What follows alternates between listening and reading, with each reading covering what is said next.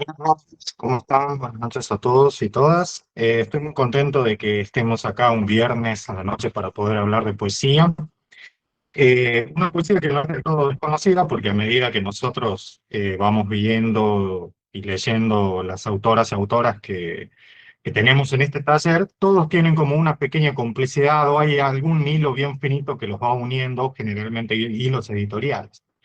Yo les estaba mostrando recién un video, una entrevista, una gran entrevista, breve, 7 minutos de video, pero invaluables, que van a quedar para siempre, ¿no? En los terrenos de ahí de la internet, en donde este señor, Osvaldo Quiroga, gran conductor de televisión y de programas culturales, que durante décadas fue el conductor de un programa que se llamaba Otra Trama en la televisión pública y nacional, un programa que ya no existe para un medio que seguramente solamente sigue teniendo el logo. Era un programa donde grandes muertos de nuestra literatura han hablado con Osvaldo Quiroga cara a cara en grandes horas que tenemos en YouTube. Y también siempre fue muy generoso y muy atento Osvaldo Quiroga con las nuevas editoriales, con los nuevos maestros, decía él. Una vez había estado con Hugo Mujica en una mesa y luego venía Federico Falco. Entonces Osvaldo Quiroga dijo, bueno, recién vengo de hablar con el maestro Hugo Mujica, a usted le voy a decir maestrito, porque es un maestro también, dice. Entonces respetaba mucho y tomaba mucho en cuenta, estoy hablando como si ya fuera una persona que ya ha fallecido, pero en realidad no.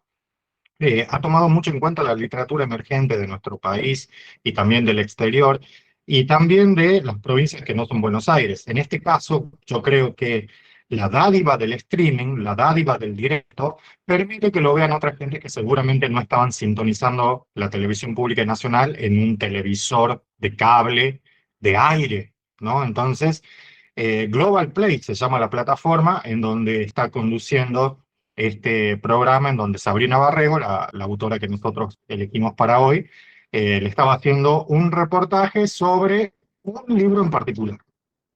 Ese libro en particular que se titula La memoria hace ruido a tren, que es una gran frase, es un gran verso en sí mismo ese título, publicado por Las Furias. Las Furias es una editorial que ya hemos mencionado en este taller. Eh, Algunos la podrán conocer, otros quizás no, pero seguramente sí vamos a poder identificar cuáles son el tipo de libros, ¿no?, que esta editorial publica. Ha sido fundada por dos autores, los dos autores son editores, también son narradores, poetas, psicoanalistas, que son María Magdalena y Nicolás Arruti.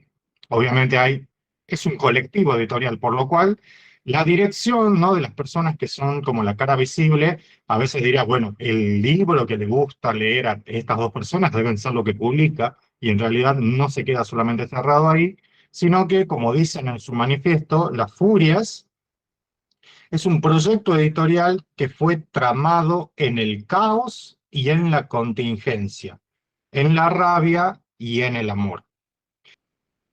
Sabrina Barrego, nacida en Luján, provincia de Buenos Aires, en el año 87, pero que reside en, en la provincia de Mendoza, ya menciona en esta entrevista una cuestión muy importante que es la inmigración, la idea, la imagen del poeta que emigra, del poeta que se mueve, del poeta que no está haciendo poesía sobre su tierra natal. Después está otra gran figura que dice ser una poeta de pueblo. Dice, ¿no? Ser una poeta de pueblo quiere decir que es estar yendo hacia eso que ya no está, o estar yendo hacia eso que ya no es o que nunca fue. Dice, ser una poeta de pueblo, por eso ese libro, La memoria hace ruido a tren, tiene ahí un pequeño subtítulo que dice Cuadernos Pueblerinos. Entonces, por eso citar anécdotas sobre el ferrocarril, cómo el ferrocarril iba de alguna manera diagramando la geografía de nuestros pueblos, y también esta cuestión de la retrospectiva, no como una reconstrucción memorial, sino más bien la retrospectiva como el ejercicio poético de la palabra, ¿no? Y cuáles van a ser las palabras que se están eligiendo en ese lugar. Nosotros habíamos leído las primeras veces textos de alguna manera completos. Vamos a hacer un pequeño repaso y una memoria. De Ana Belén Jara habíamos leído Todas las bestias, que es este fanzine, lo habíamos leído completo. De Florencia Amu habíamos leído completa una sección de su libro. Y de Raquel Guzmán, Zapping, que también es un fanzine, lo hemos leído completo. En este caso, Máquinas de Duelo, que fue publicado en el año 2022, ya tiene un par de años, y los libros que menciona Sabrina Barrego ahí en el programa de Osvaldo Quiroga, también vamos a decir que ya tienen, no son novedades editoriales, ya tienen un par de años. Este libro que se llama Máquinas de Duelo, que fue publicado por Falta en Vido Ediciones, un sello de San Miguel de Tucumán. Entonces, vamos a mencionar que Sabrina Barrego emigra como técnica agropecuaria. Siempre en este taller hemos hablado mucho de escritores que se dedican a cosas impensadas. Emigra a Mendoza, publica su primer libro que se titula Trinchera, como el disco de Babasónicos, en Mendoza. O sea, nada lo hace a través de Buenos Aires, donde tendría la facultad y la facilidad de poder hacer cosas de poeta. En realidad, como poeta de pueblo, emigra, ¿no? En estas grandes historias de diásporas y de exilios y de poetas que se van y de la añoranza de la tierra y la construcción de estos paisajes con vacas o estos paisajes del campo, que son de alguna manera elementos demográficos que van a existir, como ella dice, hay poetas que escriben un poema todo el tiempo, están todo el tiempo escribiendo lo mismo, entonces dice, me obsesionan las vacas, me obsesionan los paisajes rurales, pero no porque se sienta campestre o porque venga de un lugar así, sino porque ahí es donde está el máximo eje, el máximo núcleo, vamos a decir, de su producción. Yo elegí 5 poemas. En este caso no lo podíamos leer completo porque son muchos. No son muchos, pero al mismo tiempo son poemas muy extensos, como han podido ver. Y en este caso yo elegí 5 que me parecen muy interesantes.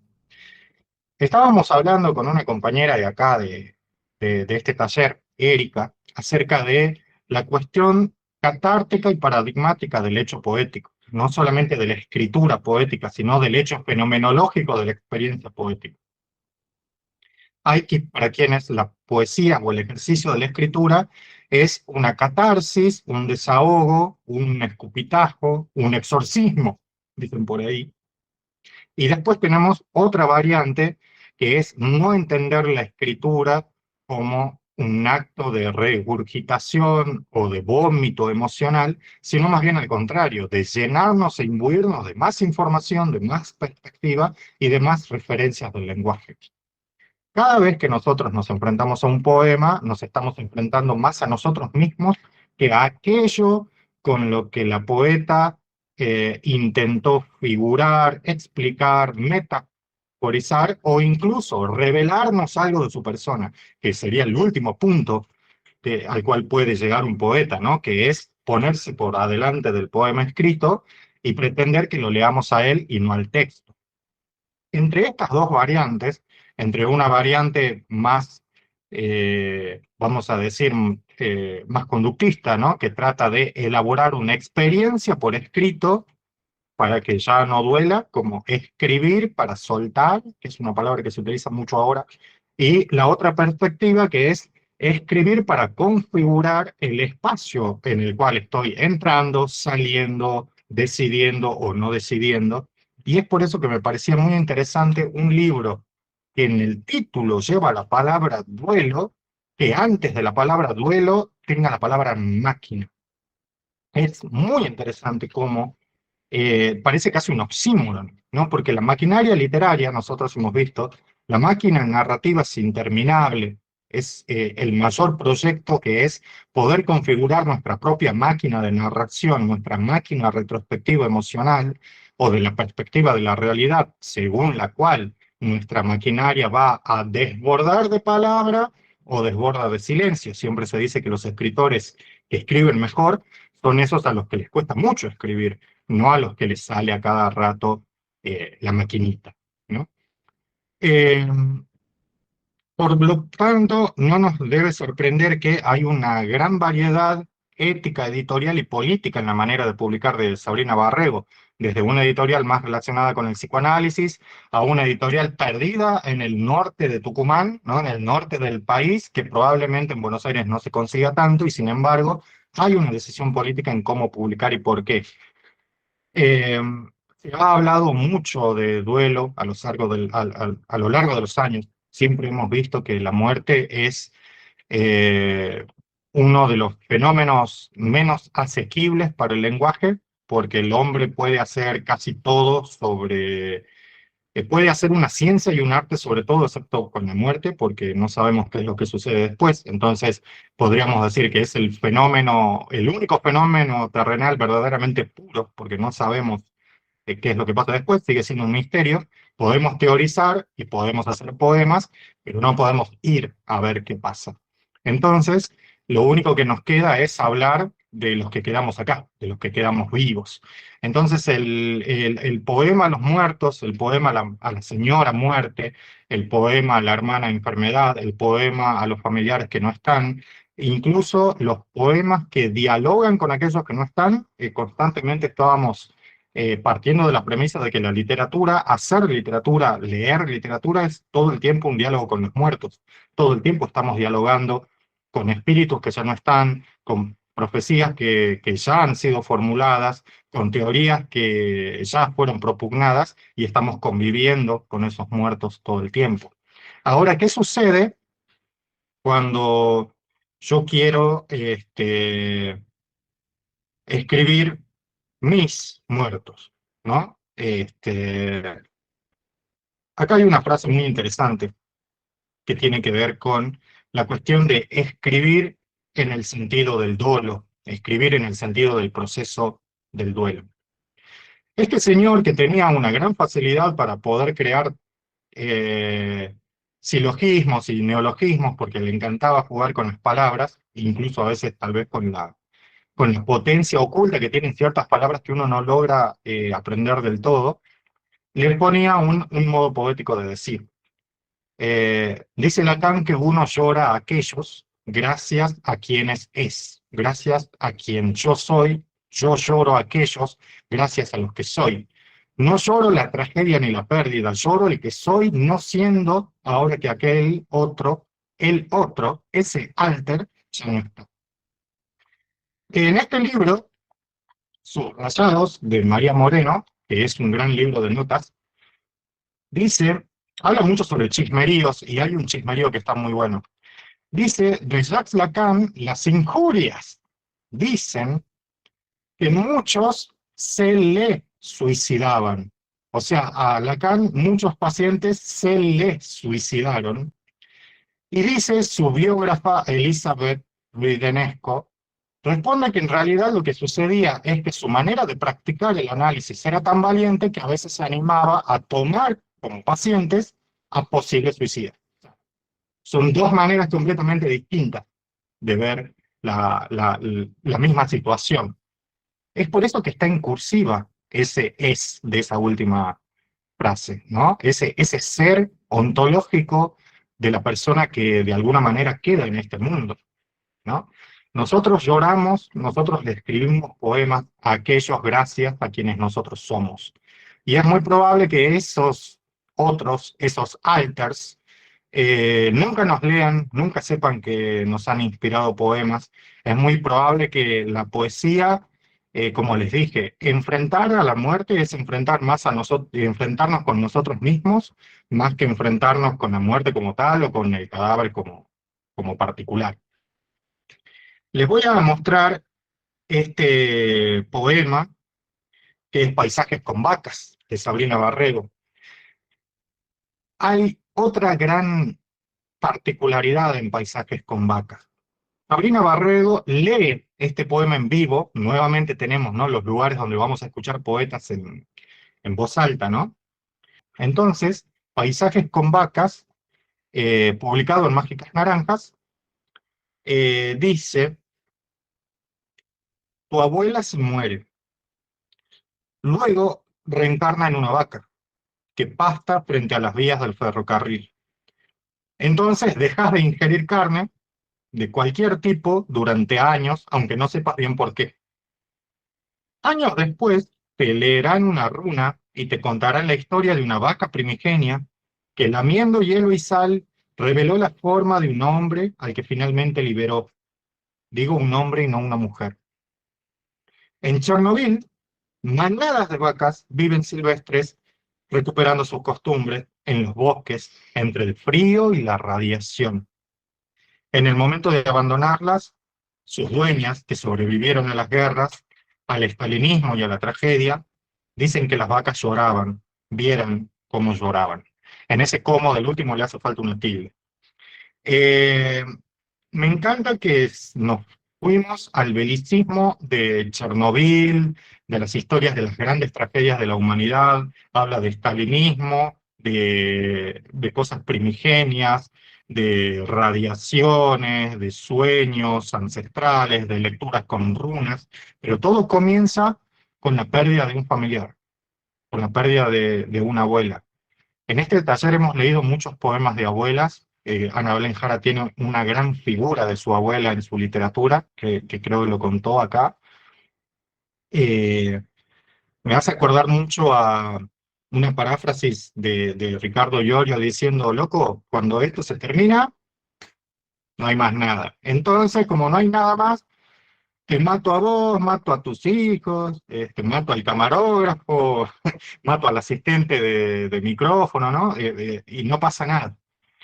Este no voy a decir que es un poema de transmigración de las almas, porque no es específicamente el texto, no es un poema brahmánico, no es un poema ejemplo del hinduismo y de la esperanza de la reencarnación.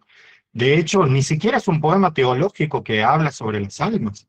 No habla sobre la identidad de la reencarnación o la posibilidad de reencarnar. Simplemente es el paisaje que se le ha quedado fijado para siempre. Incluso lo cuenta en el video que le quedó pegado para siempre desde de otro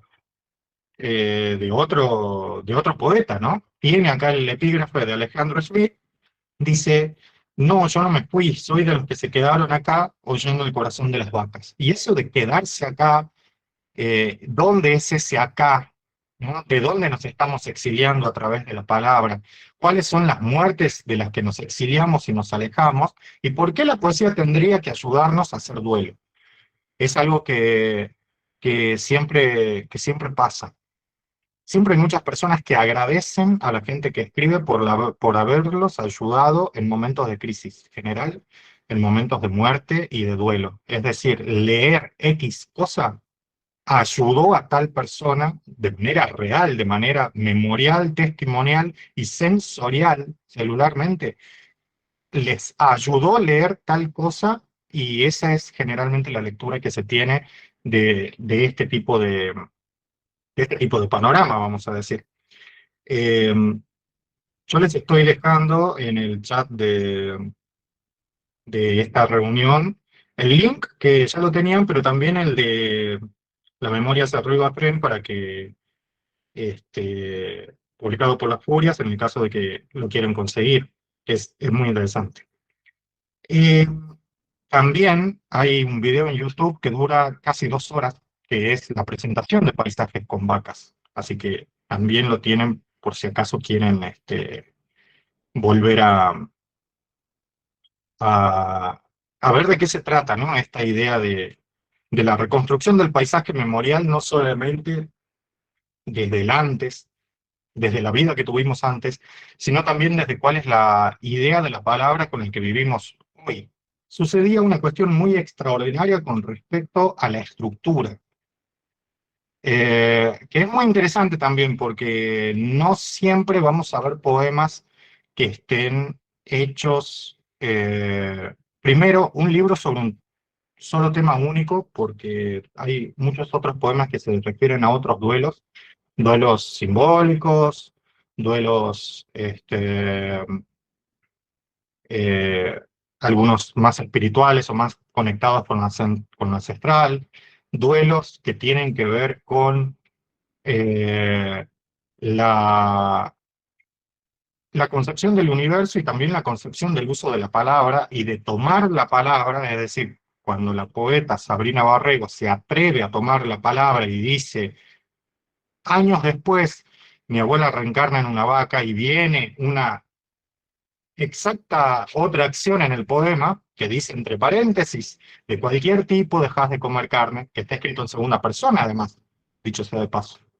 Entonces, nosotros vamos a tener que pensar cuáles son esos duelos, cuáles son nuestros duelos y cuáles son los duelos de los que la poesía se ocupa. Yo mencionaba estos grandes estamentos poéticos, los grandes tópicos poéticos de la poética griega, Dios, el yo, el nacer y el morir, la familia también, pero sobre todo el lugar de la búsqueda, ¿no? El lugar de la palabra en la búsqueda, el lugar de poder decir a través de la palabra cuál es ese no lugar. Me parecía muy importante entender cómo una poeta se va de un lugar y nosotros podemos entender la palabra exilio, pero ¿qué es lo que sucede cuando en esos diferentes exilios, sí, exilios también simbólicos, no solamente de transmigraciones de almas o transmigraciones demográficas de nuestra cultura, hay un duelo ahí, ¿no? En mudarse, en dejar otros lugares y en dejar por escrito ciertos lugares. Ustedes han visto seguramente que el primero, el síndrome de Charles Bonnet, es acá ya empezamos a comprender esta obsesión que mencionaba Sabrina Barrego en el programa con Osvaldo Quiroga, cuando habla de que hay poetas que están todo el tiempo escribiendo un único poema. Parecería que este es el lado B. Lado B es o el lado A, lado B es una definición muy de los discos, que es algo que tiene mucho que ver con estas poetas porque está muy relacionada con la sonoridad también. Entonces, hay una obsesión o una fijación que se va a ir transpolando de poema en poema según esa construcción de paisaje. Después de que mi abuelo murió, mi madre seguía viéndolo sentado en el zaguán del patio. O sea, ya de por sí que diga zaguán del patio, es cinematográfica la manera, al igual que en Paisajes con Vacas, de poder arrancar la idea del paisaje. Después vamos a llegar, por eso me parece muy interesante que el título del poema, del libro, perdón, sea Máquinas. Después vamos a hablar del duelo y cómo nosotros lo tratamos de reconfigurar según nuestra vida personal o nuestra lectura personal. Pero lo importante acá es la maquinaria de la ficción, la máquina narrativa que es interminable, cómo va configurando en el mismo espacio. Esta idea de ser poeta de pueblo, dice, es ir hacia aquello que ya no está o aquello que ya no es. Entonces, todos estos no lugares, todos estos no decires, lo que no está mencionado, lo que no vuelve a la vida, por supuesto, está dentro del poema, casi de manera fantasmagórica. Este poema me parece muy interesante porque al mismo tiempo trata de algo muy real que seguramente a muchas personas les puede pasar. Entonces, cuando lo leen, puede parecer incluso hasta terrorífico. Lo sigue viendo, dice al abuelo muerto, la esposa lo sigue viendo, perdón, la madre lo sigue viendo al padre muerto, tomando mates, hasta que súbitamente salió de todas las habitaciones, emprendiendo caminos distintos y lejanos. Visión lateral, me dijeron una vez que se llama ese fenómeno de alucinaciones complejas que aparecen durante el duelo tras la muerte de un ser querido. Entonces, el libro que se llama Máquinas de Duelo no es solamente un montón de duelos, ¿no? Un montón de, vamos a decir, mensajes necrológicos como los que aparecen en los diarios, ¿no? Las esquelas necrológicas y los poemas de despedida y de homenaje, no estamos hablando solamente sobre nuestros duelos o los duelos del poema. También el poema trata el duelo como si fuera una cuestión científica, ¿no? Casi con medición clínica el poema dice, sí, esto es normal que pase durante la pérdida, ¿no? Y el ser querido. Lo que es algo totalmente normal, o sea, nada patológico, me encanta que estén cursivas las palabras normal y patológico, porque ahí nos damos cuenta de que hay algo que remarcar y también porque es muy probable que sean otras voces las que traen esas palabras a colación. mientras sea por ese lapso prudencial. A mí me sucede todo el tiempo cuando veo oscilar las sombras a mi izquierda y a mi derecha, figuras geométricas, formas, luces, sin presencia de sonidos ni de ideas artificiosas. A menudo sentí miedo por causas irracionales, otras tantas, compañía y las más, cierta vergüenza. Por eso es que nunca lo conté. Es decir, el poema también habla de algo que no se dice, de algo que no es, de algo que está todo el tiempo siendo repensado, como la muerte misma, ¿no? Que no sabemos si puede ser pronunciada o puede ser citada solamente, ¿no? No hay historia del abuelo. La historia del abuelo es que sucede esta cuestión alucinatoria. No hay retrospectiva, como en esta explicación que la autora hace de la memoria hace ruido a tren. No hay una retrospectiva construida con datos a partir de anécdotas. Aquí es la pura alucinación, el alucinaje, se le dice en realidad. Por ese entonces, los días pasaban como envueltos en un papel blanco y yo miraba todo para adelante con anteojeras como los caballos. Esa metáfora resume mucho al ser político nacional. Todo para adelante con anteojeras como los caballos, ¿no? Para no revisar la historia. Ahora que los abandoné, lo siento casi como un duelo, detrás de cada cosa que hago, de la niña que fui hace años, la joven que se ilusionaba, la hija, la madre que fui en aquellos días, y la mujer de una hora atrás, y otras tantas, también extrañas, que supe ser y yo olvidé y que van todas juntas como en un funeral. Es impresionante esa figura de que se acuerdan del poema de Dylan Thomas que yo cité una vez, esta frase de Dylan Thomas que dice: la pelota que yo arrojé en el parque un día de mi infancia todavía no tocó el suelo. O sea, recién la acabo de lanzar, dice, o sea, todos los que estamos aquí estamos yendo juntos, pero no estamos en ese romanticismo de tu niño interior sigue aquí con vos, sino estamos juntos, pero estamos yendo todos al mismo funeral, estamos yendo todos al mismo velorio, estamos yendo todos a la misma fosa.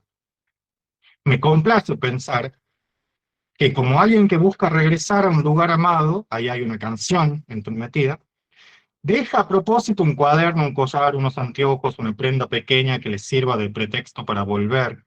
Así los muertos dejan la vida y vuelven en un reflejo para decirnos que, como las cosas siempre fueron y para siempre serán, esto también pasará. Lo bueno de esto también pasará es que no es un poema consuelo, sino que en la misma propugnación y la certeza de que esto también pasará nos encontramos con, como seres frágiles incluso ante la palabra duelo. Mencionar el duelo a través de la máquina narrativa, de la máquina de la palabra, de la máquina simbólica, de la maquinaria humana, eh, nos ayuda a entender que esos duelos también forman como engranajes, partes de un mismo inmenso paisaje. Es ese paisaje obsesivo al que todo el tiempo está volviendo la autora, ¿no? El paisaje donde en todos los poemas hay unos pastos extraños, en todos los poemas hay unas citas, y esas citas son como anclajes para poder hacer sentido en un principio de realidad que nosotros estamos aquí. Pero en su diálogo de muertos, elige Sabrina Barrego comenzar, ¿para qué? Dice, no, voy a comenzar yo, elige comenzar con la cita de otro, que me parece un gran ejercicio, algo que se le puede decir sample, se le puede decir muestreo, se le puede decir cita, se le puede decir epígrafe o, más borgianamente, el arte de aprender a citar sin comillas, decía Borges, ¿no?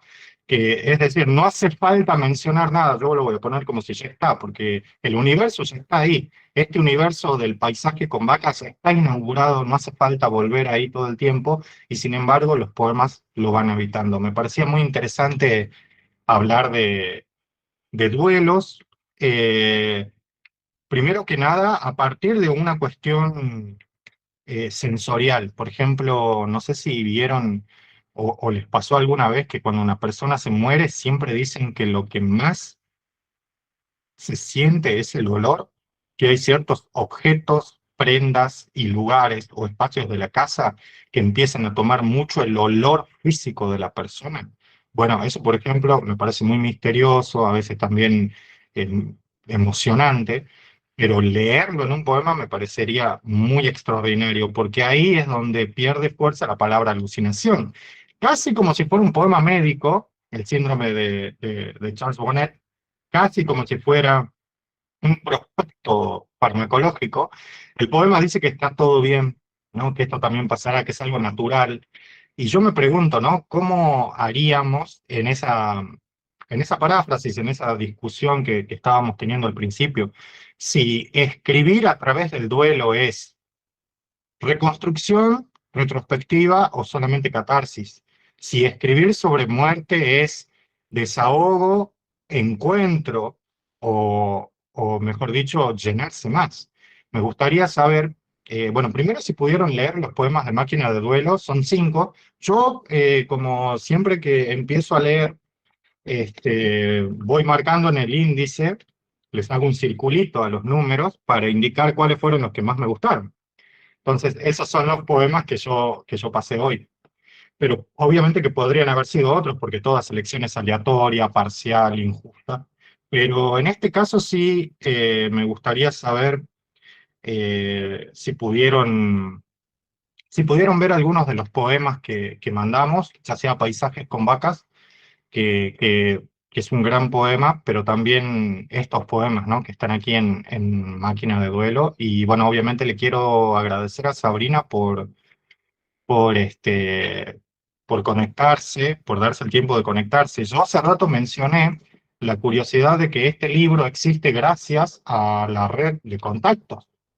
Si Sabrina no hubiera leído en voz alta y sido seleccionada para este ciclo que se hacía en el Centro Cultural Kirchner, donde también había una editorial que estaba participando junto a muchas otras editoriales independientes, se hace medio difícil que este libro luego se vuelva realidad. Entonces nosotros nos debemos a una gran coalición de, de redes, de recomendaciones y de descubrimientos. Eh, y eso también es parte de una estética y de una política bibliográfica de publicación, porque como les dije, está muy lejos, Sabrina, de nosotros y de la editorial de donde publicó también. Entonces, puede haber una especie de espíritu de federalización, de que estamos contemplando distintos lugares y todo eso. Acá todos somos de provincias que no son las centrales, pero también hay otra cuestión ahí, que tiene que ver con la idea de que ciertos textos estén alojados en ciertos lugares para los cuales eran muy indicados. Eh, bueno, le quiero dar la bienvenida a una persona que no estuvo los otros días, que es Milena, pero que sí había estado en los talleres pasados, y a Mariano René Vilte, que hoy le iba a hacer una pregunta para que él nos pudiera hablar acerca de la feria que se iba a llevar a cabo en la Biblioteca Provincial, pero esa feria fue hoy, por lo cual ya estamos atrasados. Sí, sí. Antes que nada, te pensaba, hola, no sé si se me escucha bien, estoy Sí, mal con el internet. Pensaba, qué casualidad, el domingo y el martes de esta semana, el domingo pasado y el martes, estuve hablando con Nicolás Cerruti. Estamos gestionando que venga a presentar su último libro buenísimo. próximamente. Así que también he visto, tenemos libros de La Furia, varios, entre esos el de la autora y de Sabrina, y nada, es muy lindo. Bueno, en la feria que hice el sábado pasado, que es de la biblioteca nuestra, estaban los de La Furia también, estaba el de Sabrina, y lo que te referís vos, bueno, es en la biblioteca provincial, de la cual yo no formé parte hoy porque eran los libros de la editorial de la fundación. Ahí está Claro, la, Polifonía. la- la editorial Fundación Cultura Analítica, que estaba Exacto, invitada junto con otras librerías, exacto. pero también otras editoriales chiquitas de Salta. Sí, Claro, ahí no estaba. Bien. sí, si me permitís, de lo que Sí, leí es interesante porque estaba tirado en la cama y digo, bueno, voy a leer esto, así. Y no hay nada tan terrible para mí cuando algo, una película, en este caso el primer poema, ¿sí?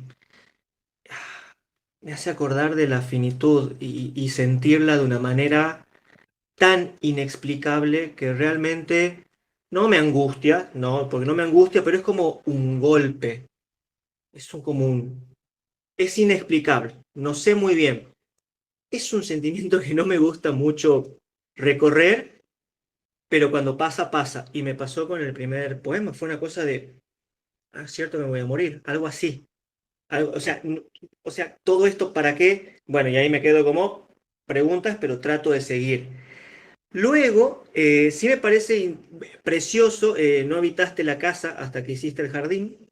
Sí, Me parece que tiene un fragmento que, en el sentido, bueno, citaste vos recién a Lacan, me parece que hay algo de eso dando vuelta, la furia, no sé, porque ella dice en un momento, esto, no hay poema ni belleza que justifiquen esta muerte lentísima, este asesinato estacional en el que nadie repara, esta locura que vivimos como salud. Nota aparte, ahí me parece una puntuación tremenda. gran Como, estrofa. Y es un buen momento para que haya un punto, ¿no? En ese poema, porque lo cierra tremendamente. Esta locura que vivimos como salud. Hay muchos, ahora, sí me llama mucho la atención, por eso mencioné, ¿no? O sea, la entrevista con Osvaldo Quiroga que vimos tiene 10 meses y ahí es como que Sabrina Barrego dice que va a sacar paisajes con vacas, pero en realidad eso quiere decir que el video que acabamos de ver fue subido después de que le hicieron la entrevista, porque el libro ya estaba. Entonces, todo el material que estamos viendo de alguna manera tiene su desfasaje, ¿no? De un par de años, pero sigue manteniendo muy actual y muy necesario de leer, que creo que es algo que mencionó Milena, el hecho de que estos poemas llegan justo en un momento en el que son muy necesarios de leer y por eso también muy terribles de leer, ¿no? También. bueno, Mario, lo último, lo que Sí. sí es de donde fue la puntuación, me parece aún más revelador, porque dice, no hay labor, ni tabaco, ni tutor, ni riego, ni animismo para detener el fracaso ridículo del lenguaje. Bueno, pues bien, cuando me encuentro con esa cuestión de la muerte, es el fracaso del lenguaje, no tengo palabras para eso. No ¿No? las hay, entiendo. Vos recién preguntabas por qué se escribe sobre la muerte. No sé, para mí es necesario. Es una de las opciones que no mencionaste, pero es necesario. Ahora, es necesario porque justamente siempre resbala, siempre no calza, no llega, porque fracasa el lenguaje en esos puntos. Me parece como divino como está escrito ahí. Me gustó mucho lo que compartiste. Ah, y bueno, gracias a Sabrina por escribirlo. Gracias, Mariano. ¿Vos leíste el libro de la Furia? ¿Lo pudiste hojear? Lo pude leer, sí, sí, sí, sí. No, no lo tengo, lo leí desde la biblioteca, claro, pero sí. Y bueno, ahora me voy a traer mi ejemplar, ya fue. Buenísimo, me encanta porque está muy bueno que en un lugar tan lejano estén los libros de Sabrina a través justamente de una fundación, que es un espacio dedicado al arte y a la cultura y al psicoanálisis, pero de alguna manera, o sea, siempre van a estar los libros ahí metidos, nada lo hace restrictivo y cuando menos lo pensamos, este libro de crónicas, vamos, o de cuadernos pueblerinos, como dice el subtítulo, Sí. está ahí. Si hubiera sabido eso, también me quedaba uno yo. Mile, te veo con la cámara. Hola, ¿cómo están? Primero que nada, decir que estoy fascinada con todos los textos que leímos hoy, pero fascinada, quiero todo lo que escribió Sabrina y una vida paralela para tener el tiempo para leerlos.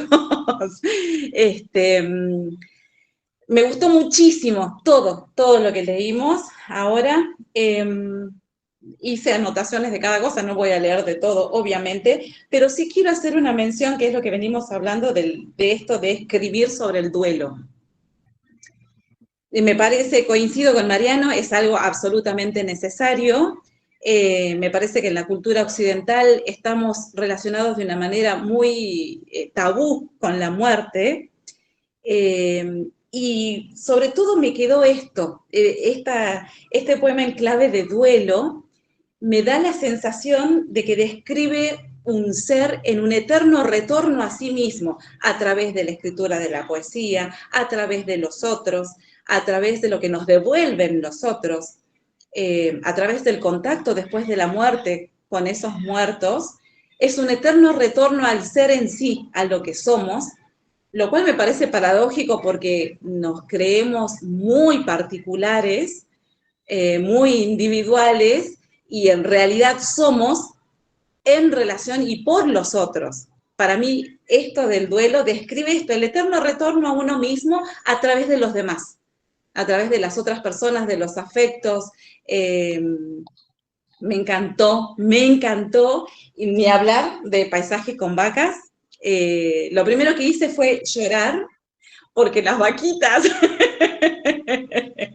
la verdad, la sensibilidad con la que toca, a mí yo me quedo con esto, de cómo contempla la ternura y el realismo con que contempla las vacas y lo que quiere representar a través de las vacas, o lo que por lo menos interpreto yo que trata de representar. Me parece una mirada bastante compleja. No había leído algo que junte esto, una mirada realista y tierna de algo que solemos pasar por alto en general. Me encantó, fascinada, un gusto, y me encanta que esté, porque espero que ella también hable, porque la verdad que de verdad quiero conseguir todo lo que escribiste y estar al tanto de lo que vas a seguir escribiendo, porque estoy fascinada con todo. Muchas gracias, Miley. Sabes que a mí también me gustaría poder tener todo lo de toda la obra que pueda circular de una autora, porque en este caso voy a tener la sensación de que estoy teniendo el siguiente libro, va a ser el siguiente verso de ese gran poema, ¿no? que está escribiendo Sabrina Barrego. Sí me gusta mucho esta idea de preguntarnos por qué tenemos que escribir sobre duelos y cómo hacerlo, desde dónde, porque en este fracaso que es el lenguaje, en este poema, que este poema es el segundo poema del libro, me encanta cómo comienza porque el título es, se pregunta a Anne Carson qué es lo que en realidad conecta las palabras con las cosas.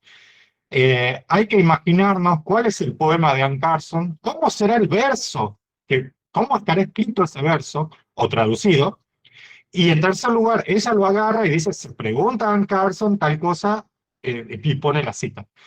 Y dice, hubo veces en que las palabras nos hicieron aguas. Yo creo que si el lenguaje se nos hace agua por todas partes, porque a veces no logramos inferir dialécticamente en lo que verdaderamente queremos decir, sobre todo cuando estamos al borde del abismo, o al borde del abismo del duelo, vamos a decir en otros términos, porque a veces el duelo es un territorio seguramente de menos palabras, entonces hay que pensar bien cuáles son, ¿no? Esas palabras indicadas. Todas las grietas, todas, una al lado de la otra, el resquebraje, hermosa palabra, el resquebraje de quien se engañó creyendo que sus manos se hicieron para escribir el mundo. Esa mañana te serví un mate, amargo, cimarrón, el primero, y le decía al agua que vertía de la pava a un tibio, oíme agua, este mate es para él. Hidratalo hasta que deba escurrirse de las manos como quien se sacude de la piel la última muda, el agua que se volvieron nuestras propias palabras. La voz dentro del poema está en una tipografía distinta. Cierra la primera parte y con ese final, con esa escena, arranca la segunda, donde ya no está la voz de la primera, sino que está el paisaje como tal, con todos los elementos, los órganos, voy a decir yo, los órganos del paisaje que están ahí en una suerte de enumeración caótica. Monte verde, tierra colorada, lluvia también. Tomamos lo que las señoras bien toman, tomamos señoras y tomamos esfuerzo, tomamos la espalda rota del que se agacha a cortar las hojas a machetazo, la espalda rota del que las carga en el camión. Tomamos la cabeza y el corazón de las mujeres y sus manos de cuidar y de nutrir, pero también sus espaldas y sus músculos en las tareas del campo, todos los días, mientras cantan, cuando alguna se echa a llorar, cantan más fuerte. Es un gran poema este, es una gran poeta Anne Carson. No me sorprende que, siendo una gran lectora, Sabrina haya elegido estructurar, digamos, los poemas de este libro según esas diversas lecturas de estas grandes poetas, ¿no? De grandes poetas de la muerte también.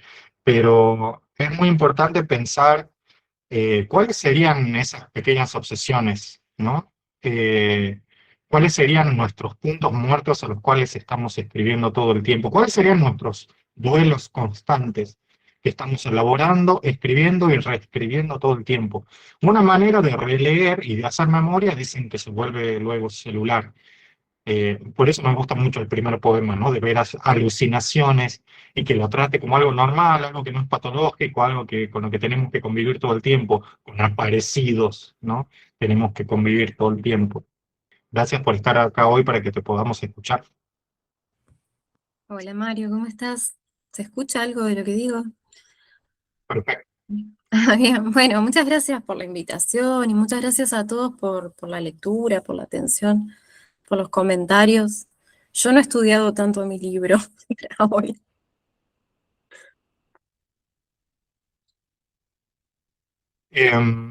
Yo lo he releído muchas veces, está muy subrayado. Tengo que admitir que los poemas que elegí sí son básicamente los poemas que más me gustan. Em, Y me gustaba mucho esta idea que aparece en la memoria, ¿no? En esta frase que vos mencionás, ¿no? De reconociéndote como poeta de pueblo, ¿no? De haberte exiliado de donde sos verdaderamente y toda tu producción lo has hecho desde esos distintos afueras y al mismo tiempo también estás acostumbrada a trabajar, además de escritora, acostumbrada a trabajar con espacios y territorios. Yo quería saber cómo se hace este tipo de poesía así, desde un lugar del que no sos, lugares que has elegido, dónde vivir, dónde residir, cuáles son esos hábitats, ¿no? Que te fueron moviendo a viajar, a exiliarte y también a escribir sobre esos exilios. Sí, bueno, para mí hay algo que es importante, estar atento, ¿no? Poder tirar de alguna punta, ¿no? Encontrar cierto mito fundacional, ¿no? Para escribir esto. Bueno, Anne Carson, que se nombró bastante, es helenista, entonces toma muchísimo, ¿no? De los mitos todo el tiempo. De hecho, esto de las palabras y las cosas viene de Platón, del Crátilo y demás. Y a mí un poeta que me gusta mucho es Jorge Tellier, poeta chileno, un gran poeta chileno, que habla de esto del poeta cuidando cierto mito de su aldea. Yo viví en muchos lugares que han sido pueblos siempre, ¿no? Pueblos del campo de la provincia de Buenos Aires, pueblos del campo de acá de Mendoza. Yo vivo hace 7 años en la ciudad, pero siempre viví en pueblos y creo que eso me ha obligado, me ha exigido de alguna manera guardar cierta memoria que trato de escribir en donde esté, ¿no? Es algo que aparece, que me llama, que me convoca, y que ya es un paisaje, como decís, insistente, ¿no? En mi escritura tendría que mudarme en algún momento la escritura, pero, pero bueno, de momento es ese paisaje, ¿no? Que ya se convierte en un paisaje interno, que tiene sus personajes, que tiene sus tramas, que tiene sus silencios, que tiene sus buracos, como dice la Denise León, otra poeta que me encanta, ¿no? Y que una trata de rellenar.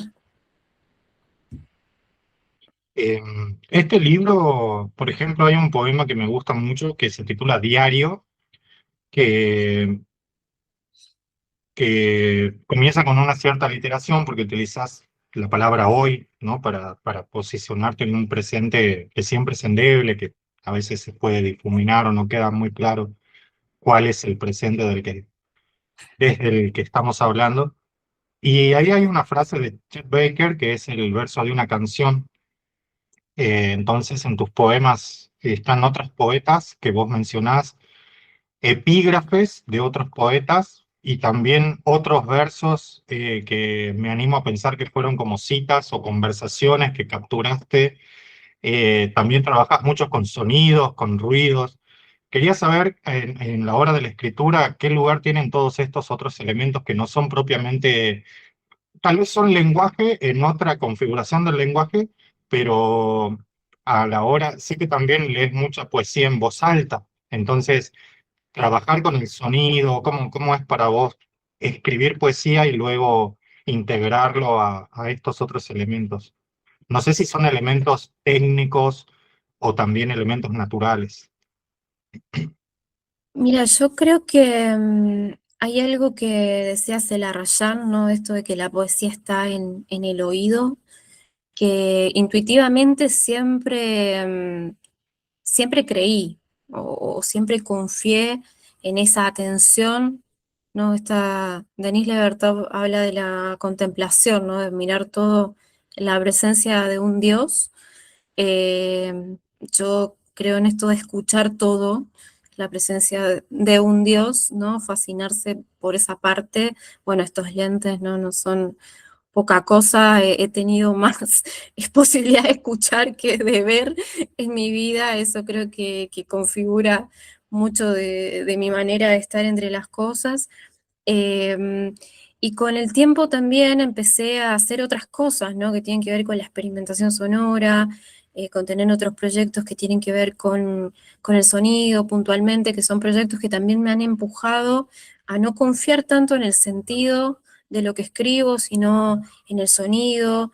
em, y algo que fue intuitivo en las primeras escrituras, ahora es cada vez más consciente.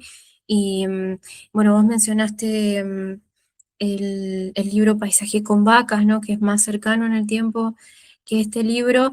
Y en Paisajes con vacas, por ejemplo, hay muchas cosas que yo he escuchado, por ejemplo, volviendo a lo de mi familia en un colectivo de media distancia, escuché a un paisano decirle a otra persona, gracias de mil maneras. Me fascinó esa frase, ¿no? Como gracias de mil maneras. Y digo, esto lo tengo que usar para algo. Y terminó siendo el título de un poema que yo venía medio rumiando en el colectivo, ¿no? Entonces, son cosas a las que trato de estar atenta, ¿no? A esto que sucede a nivel auditivo y lo trato de capturar, de perseguir lo más que pueda para que esté en el poema. Tiene que ver con esto que decís técnico, ¿no? Porque hay un trabajo sobre el sonido, por supuesto, pero también hay algo en el orden de la fascinación con lo que se escucha. Escuché una palabra que dijiste en la entrevista que me pareció un término muy hermoso, ruidista, ¿no? Ruidista, Sí, sí, sí. es muy bueno. No sé si lo inventaste, como que le da una entidad a la persona que hace ruido, que no son precisamente compositores, pero que están operando dentro de la sonoridad, incluso cuando no son palabras. Eso, sacaste un Hay álbum. una, hay una interna ahí tremenda en la que no me voy a meter porque yo digo, bueno, frente a los ruidistas, soy una poeta que también hace ruido, entonces no me voy a meter en esa interna. Claro, hay toda una tradición ya porque viene de larga data, ¿no? De gente que trabaja con el sonido desde otra perspectiva que no es solamente la de la melodía, la de la música, sino la del ruido. Algunos dicen que son ruidistas, otros lo dicen noiser, ¿no? En inglés. Después hay géneros, subgéneros. Es una locura. Yo me quedo con este ruidismo que es el que, creo que lo mencioné por mi amigo Andrés, que es un ruidista con el que trabajo. Eh, Esto, ¿no? De romper un poco la jerarquía de esto es música, esto no es música, ¿no? Esto es melodía, esto es ruido, que a mí me atrae mucho desde la poesía, como decía Mariano hace un rato, a veces nos pasan cosas que no nos gustan mucho leyendo un poema y está bueno, ¿no? Y digo, con el ruido es lo mismo, hay ruidos que nos llevan a situaciones, a sensaciones que quizás no son las de la música, pero que igual algo producen, ¿no? En el cuerpo, en la subjetividad. eh, Así que me encanta. Y sí, tengo un álbum ahí que anda dando vueltas medio kitsch, que trabajamos con un amigo que es compositor. Yo estaba algo obsesionada con esto del eros desde los griegos, ¿no? La relación no solamente de la poesía y el amor, el deseo, sino cómo eso fue motorizando también la alfabetización, el duelo, ¿no? Hablando de duelos entre la poesía oral, ¿no? Que es el inicio de la poesía, a todo lo que se pierde y se gana con la escritura, ¿no? Y bueno, todo eso tratamos, ¿no? Como de que esté presente en ese disco. Después tengo otros proyectos que van por otros lugares donde yo también ejecuto. En ese disco puse la voz y algo ahí en la composición y en otros proyectos ejecuto objetos, sintetizadores, ¿no? Como que va variando mi rol a medida que el deseo también va motorizando que aparezcan otras cosas. Sí, me parece interesante el hecho de que decís que hay una interna muy grande entre gente que seguramente hace ruido desde hace mucho y gente que está como empezando a sintetizar la palabra de una manera seguramente social media, porque el formato seguramente da para involucrar sonidos. Me estaba acordando hace poco de Ryosuke Kiyasu, que es un percusionista japonés que hace performances muy extrañas, que hace poco estuvo en Argentina por primera vez, que es básicamente también un noiser, pero cuando nosotros establecemos la poesía de por medio se hacen cosas muy interesantes. También trabajas en un medio, en una revista que se llama La Intemperie. Quería saber de qué se trata la revista y cuál es tu papel ahí. Y entre todas estas cosas, ¿cuándo conseguís tiempo para leer o para escribir lo tuyo? Bueno, La Intemperie es una revista que editamos con mi compañero. Es una revista de crítica que se proyecta desde acá de Mendoza, desde Cuyo. Nos gusta pensar más la región, quizás, ¿no? Porque, bueno, es toda una discusión, la discusión civil, ¿no? De literatura mendocina, literatura salteña, ¿no? Que responden un poco también a la Constitución del Estado Nacional. Entonces, a nosotros nos gusta pensar más la región y nos gusta pensar que en realidad la lengua del poeta, la lengua, mira, el fallido, el territorio o la patria del poeta es la lengua.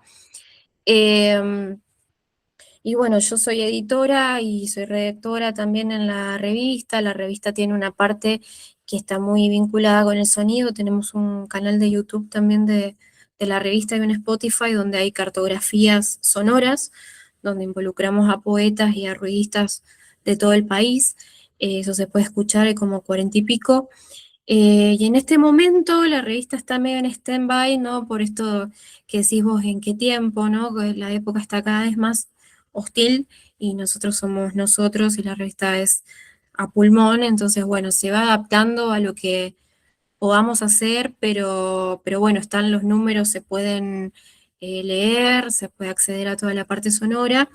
Y en cuanto al tema de mi tiempo para la lectura y la escritura, es el tiempo de una persona que también materna, que es mujer en un sistema heteropatriarcal, colonial y demás.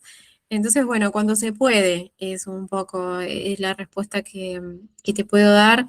Estuve en un tiempo que fue un tiempo de mucha edición también, gracias a Dios, en los últimos años.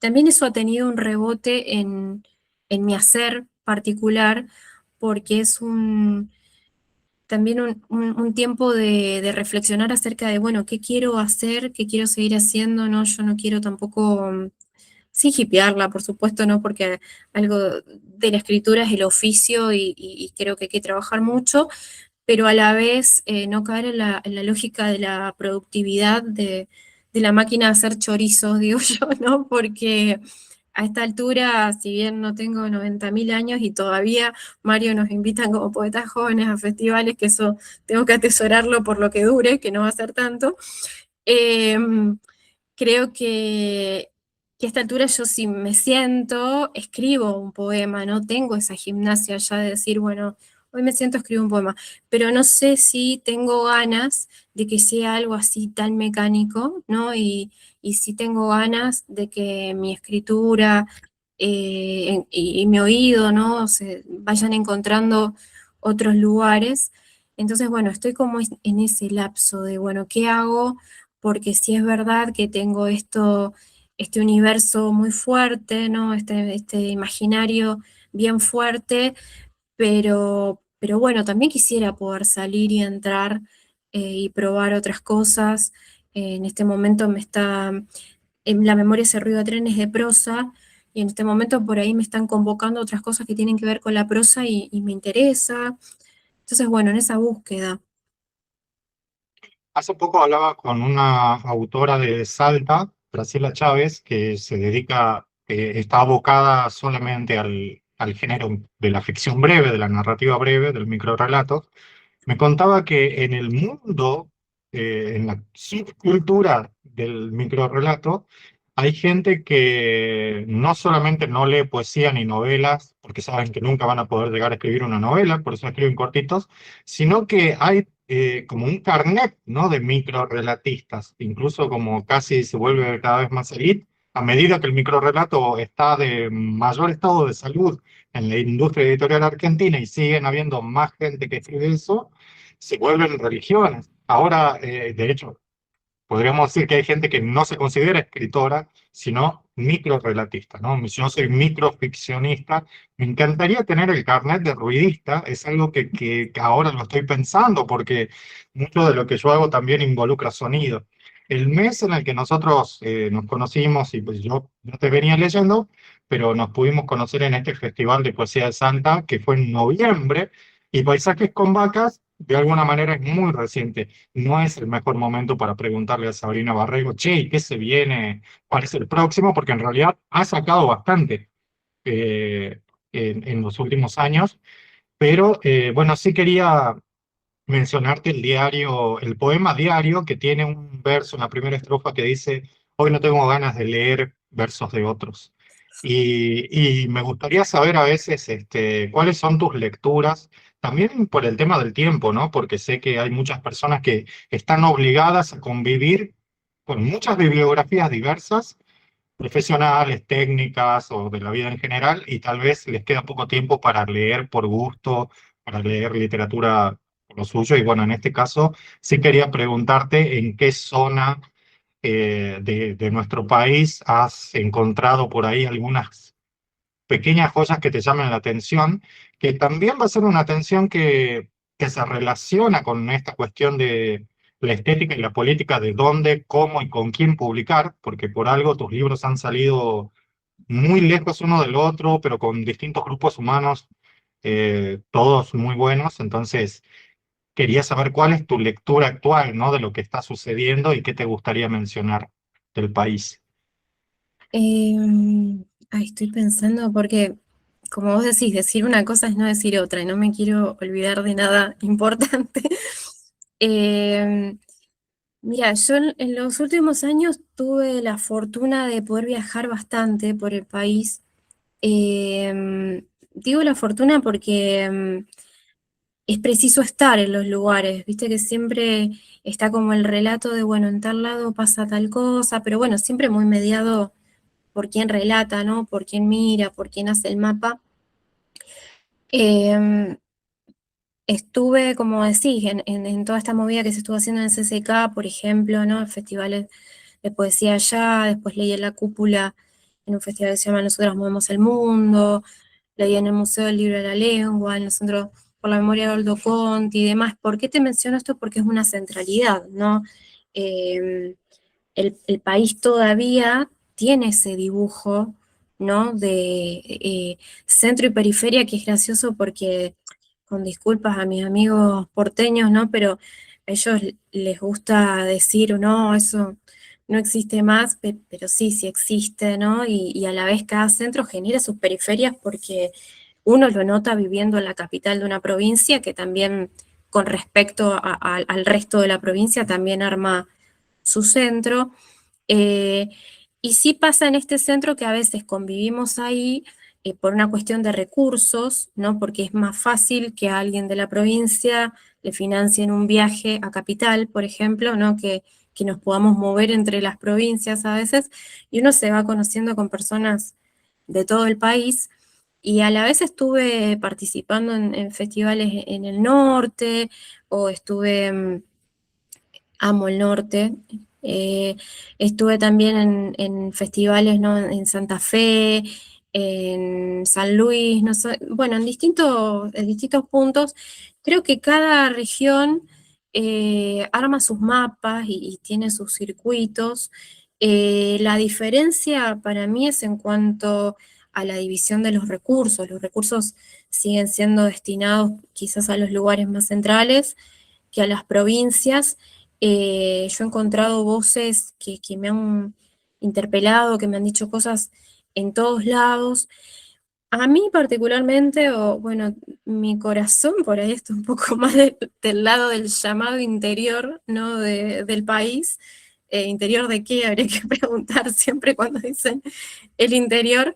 Creo que he encontrado cosas que a mí me han dicho más o me han llamado más la atención en el norte, en la Patagonia, en todo el país, eh, porque creo que hay una diversidad, ¿no? O que se escribe no pensando tanto en tal o cual concurso, ¿no? O tal o cual convocatoria, y a la vez en los centros, en Buenos Aires, en Santa Fe, me llama también la atención lo que se escribe en los márgenes de esos grandes círculos, ¿no? En Buenos Aires, por ejemplo, coordiné una mesa en lo que era el Centro por la Memoria de Haroldo Conti, desde mi espacio de taller, y convoqué a personas que viven allá, pero que tienen vínculo con las lenguas de los pueblos originarios, ¿no? Personas que tienen que ver migrantes paraguayos o gente que viene de familia de ascendencia quechua, ¿no? O creo que en esos bordes suceden cosas interesantes, ¿no? O en Gran Buenos Aires también.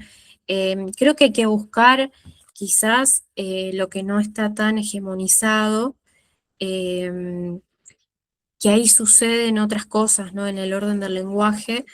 Eh, porque eso, no por una cuestión de juzgar o decir así no se hace, así no se escribe, pero sí siento que a veces lo más hegemónico responde a factores que son extraliterarios y no tanto a lo que el lenguaje nos hace o nos dejamos hacer. Eh, Muy linda la edición de Paisajes con Vacas. Hablamos acerca de que es una editorial, de alguna manera, por lo menos la etiqueta comercial dice que está apuntada a las infancias. Entonces es bueno tener, qué sé yo, poesía muy extraña, ¿no? Ahí, Quería agregar de esto que vos mencionabas, bueno, que hay, para mí hay una dificultad enorme en el país en la distribución. Eh, es un garrón querer leer poetas y que el problema sea que los libros no estén en las provincias o que pedirlo sea más caro que el libro, muchas veces el envío. Eh, entonces por ahí está esa dificultad todavía que habría que pensar qué hacer al respecto. Este es un momento muy complicado económicamente también, entonces no sé si hay mucha solución ya. Eh, y también esto que hacen los chicos de Falta Envido, como hacen otras editoriales, de ser editoriales que tienen una noción de lo que pasa en los lugares que no son centrales, ¿no? Porque muchas veces a veces los proyectos, incluso estando en las provincias, tienen la mirada hacia Buenos Aires o editar lo que se lee en Buenos Aires, Rosario, Córdoba, ponele, ¿no? Y está bueno esto, ¿no? Que se mire hacia las provincias vecinas, ¿no? O que se hagan estos cruces desde Ushuaia a La Quiaca, ¿no? Como el disco, pero es interesante, ¿no? Como yo, por ejemplo, llego a Tucumán en un libro, ¿no? Y después conozco Tucumán con el tiempo, y eso me parece qué historia, eso es muy bueno. Esa parte está buena. Primero ser editada ahí y luego conocer la provincia es muy bueno. totalmente. ¿Vos querés que lea ese poema Toc Toc? Lo tengo que buscar, tengo un PDF acá porque no tengo el libro. El libro fue a un festival, a una Ah, no cárcel. tenés tu propio libro. Hablamos sobre No eso tengo el mi otro propio día. libro. Hablamos sobre el hecho de no poder tener nuestros propios libros. Tengo un libro mío acá que no es mío, me lo prestó un amigo y no se lo quiero devolver porque no lo tengo. Y a veces me pasaba esto, ¿no? De si los autores que nosotros vamos a leer en el taller, si es que está la posibilidad de comprar sus libros, porque alguien que está participando en el taller después lo va a querer leer completo. Entonces, es una buena elección también como autora y como poeta que uno vaya viendo, ¿no? Incluso poetas que sí leen poesía, eh, fijarse cuáles son los sellos interesantes, que en este caso tu obra viene siendo muy bien ordenada y publicada por gente que hace las cosas bastante bien. Sí, creo que también uno tiene que empezar a elaborar un criterio, ¿no? Como autor, de decir, bueno, ¿dónde quiero que estén mis textos, ¿no? Y esto no de mirar por arriba nada, sino eso, yo prefiero editar con un proyecto que sé que va a tener cierto vínculo con mis textos, que tiene una mirada, ¿no? Que tiene que ver con la mirada que tengo yo sobre la poesía, sobre el lenguaje. Como bien decís, no tiene que ver solamente con los recursos, porque hay gente que yo he escuchado decir, hay gente que dice, bueno, somos autogestivos porque el Estado no nos da bola. No, la autogestión no pasa solamente porque el Estado no te dé bola, que ojalá el Estado acompañara más, ¿no? Con políticas culturales, pero tiene que ver con otros criterios.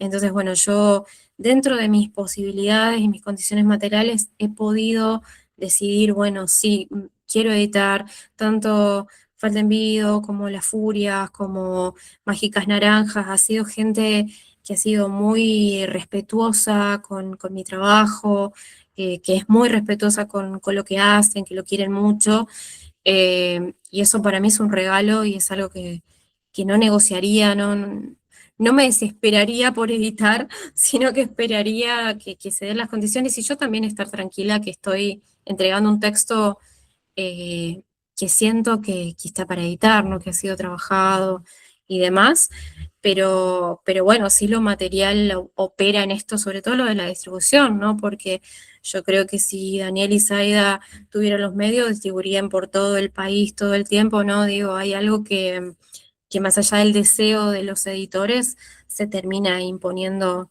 una realidad material. Por eso es importante eso, cuando nos cruzamos con los textos y tener ese manguito, yo aprovecho porque sé que después es un libro que voy a prestar, que va a circular. Y a mí me pasó esto con mi libro, que fuimos a leer a una cárcel en un festival y a las chicas les gustó mucho y se los dejé. Y digo, bueno, ya lo voy a recuperar, y no lo recuperé, pero ya lo voy a recuperar. Marqué otro poema para leer, que no sé si No, podés estarás de leer el que vos acuerdo, quieras, Mario. porque de hecho, mucho mejor no leer el que dije yo, no tengo por qué elegir.